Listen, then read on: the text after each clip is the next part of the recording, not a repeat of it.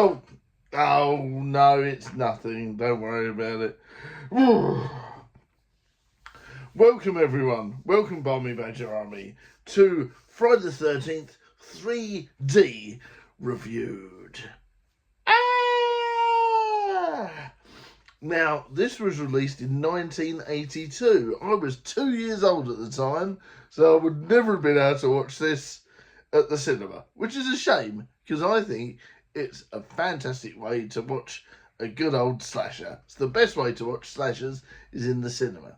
Now, this is directed by Steve Miner. I don't know what else they've done. Please comment below if you know any other Steve Miner directed films. Now, in this third instalment, we're going to find out what happens when the camera goes massively 3D. Now, from gristly eyeballs being flung at the screen to yo-yos, hot popcorn and spikes getting thrust into people's stomachs, the camera knows no bounds. And this is what we love about a good, cheesy 3D film. It's brilliant when you see what they get up to. Some of it works, some of it doesn't, but that's part of the charm. The yo-yos being flown everywhere is just like, what is this about? But it's all part of the fun. The spears as well. Whoa, great stuff. Now, a group of friends go to stay and party near Camp Crystal Lake. If you think that's a good idea, you need your head read. Now, obviously, as they're driving past, you get to see the dead bodies of some of the people that picked off at the start of the film. But I don't want to give any spoilers away. So I'll just say, surely that should have been a bit of foreshadowing there, and they should have realised not to go. Now, it's got classic, grimy slasher vibes. If you get what I mean, you'll know. Bad camera quality, great practical effects, and that adds to it. And of course, the places that they go are not clean. For some reason, even the shack that they've decided to stay at is gross. Everywhere in the film is dirty, grimy, and that adds to it. Even the places where you think you're going to be clean and nice aren't really, and it sort of adds to it. That wooden aspect, you know, that wooden cabin in the woods, and that sort of like shack where they have to go to the toilet outside and all that sort of stuff, really adds to it. And Friday the 13th always had some great nighttime scenes, and that's what adds to the griminess. During the day, Jason doesn't really work, but thankfully in this one there's a lot of nighttime scenes that add to the foreboding of Jason coming towards you. It's great, it really is. Now, also, this is the birth of the hockey mask. It only took them 3 films. What's going on? And it's quite ironic that the most iconic part of Jason is 3 films in. You know, that's quite mad, really, when you think about it.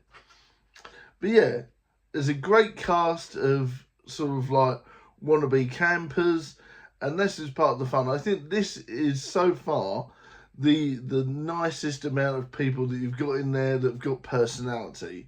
Now, each film, it seems like the characters gave more personality and more personality and more personality. And this one definitely has. You've got Shelley there, who's like the practical joker. Reminded me of some characters from like Neighbours and stuff like that. Toadie from Neighbours. He's like, what if Toadie from Neighbours was in a slasher film? And that adds to it, really, you know. Obviously, I don't think the character Toadie existed in 1982, but you get what I mean. He's like a sort of a lone wolf practical joker who's not really understood and wants to be like his friends but can't be. And it's bizarre because that's such a weird friendship that they all have. I would have loved to have known how they met Shelley and why they were friends with him, because it's a really weird combining. You know, but he's good. His antics do serve up as some of the foreshadowing for some of the kills later on. So that's what I love about it. And his humour and the way he does things, sometimes it's really interesting because you're like, is that a kill? Who's going to happen next? What's going to happen? Have they killed off Shelley now? You know, and it's great because you're not sure what's going on. Because of his pranks, you're never too sure if it's Jason's work or Shelley messing about. So the creativity is definitely there. I liked it. Now, with that being said, there's one particular kill where Jason chops someone in half, literally, dunk like that.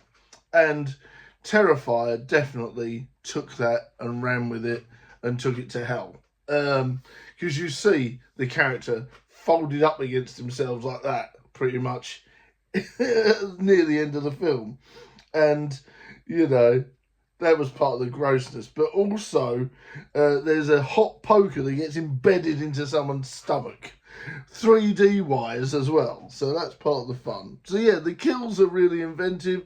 The kill count's not as massive as some of the other ones, but it makes up for it when you have that sort of thing going on and the kills are creative, you know? The downside is it does take a little while to get going, but as long as you don't mind the pranks and everyone interacting, I think that's part of the fun. The great thing about slashers is when you see them all interacting before all the kills and you see all the daft stuff they get up to warrant getting killed off by Jason. Don't take drugs, kids, and don't have premarital sex, and don't go out in the dark, etc., etc.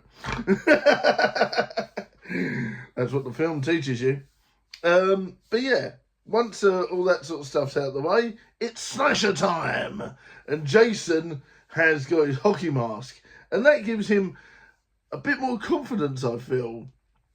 The bag didn't really work, you know, it's quite foreboding, but the hockey mask is where it's at, and that gives Jason the confidence to go on the killing spree. And of course, does it give them an unknown power? A lot of people used to think that the hockey mask contained the power, but I'm not so sure. We've been talking a lot about this on whether or not Mrs. Voorhees was connected in with like sort of supernatural powers and worship the devil and all that sort of stuff. So there's a lot of interesting things there. I personally think it did originate with Mrs. Voorhees, and she tried to bring her son back to life. Things like that. I personally think that now as well. The more you watch, the more you get that idea. But yeah, I think it's all to do with that. Now, there's a great turning point in the film when you find out that one of the characters has got a connection with Jason, but the timeline doesn't really work out because at that time he would have been like the kid in the lake, but it doesn't really work. But I don't know. Who knows? I'm trying to work out the timeline with it, whether or not he was the kid in the lake or not. But like I said, Mrs. Voorhees has unknown powers. I think she could shapeshift Jason, make him young and old as she pleased, and change him and the way she wanted him.